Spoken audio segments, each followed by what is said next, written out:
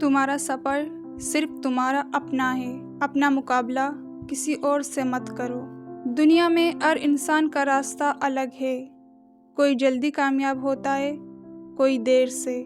कोई आसान रास्ते से जाता है, किसी को पत्थर भरे रास्ते से गुजरना पड़ता है। जब हम अपनी ज़िंदगी का मुकाबला दूसरों से करते हैं तो अपनी खुशियाँ खुद ख़त्म कर देते हैं। फिर दिल में हसद, नाशुक्री और मायूसी आती है। इसीलिए तुम्हारे पास जो है उस पर शुक्र करो। दूसरों की कामयाबी देखकर मोटिवेट हो, जलन ना करो। अपना सफ़र अपनी रफ्तार से तय करो।